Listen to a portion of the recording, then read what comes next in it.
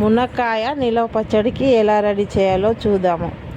మునక్కాయలు చూపించిన విధంగా కట్ చేసుకొని కొంచెం చింతపండు నానబెట్టుకోవాలి. చింతపండు నానే వరకు కడాయి పెట్టుకొని ఆవాలు మెంతులు వేసి వేయించుకోవాలి. వేయించుకున్న ఆవాలు మెంతులను మిక్సీ పట్టుకోవాలి. ఇప్పుడు ఒక కడాయి పెట్టుకోవాలి, నూనె పోసుకోవాలి. నూనె వేడెక్కినాక మునక్కాయలు వేసి వేయించుకోవాలి. చూపించిన విధంగా వేయించుకొని పక్కకు పెట్టుకోవాలి. అదే నూనెలో ఆవాలు, ఎండుమిర్చి, కరివేపాకు, ఇంగువ వేసుకోవాలి. నానబెట్టిన చింతపండును రసం తీసి ఉడకబెట్టుకోవాలి. ఇట్లా అయ్యే వరకు ఉడికించుకోవాలి. ఇప్పుడు వేయించుకున్న మునక్కాయలు తీసుకొని ఆవాలు, మెంతులు పొడి మిక్సీ పట్టుకునేవి వేసుకోవాలి. కొంచెం పసుపు, ఎల్లిపాయలు వేసుకోవాలి. 1 కప్పు కారం, సగం కప్పు ఉప్పు వేసి కలుపుకోవాలి. ఉడికించిన చింతపండుని వేసి బాగా కలుపుకోవాలి. తాలింపు వేసుకొని మొత్తం కలుపుకోవాలి. మునక్కాయ నిల్వ పచ్చడి రెడీ.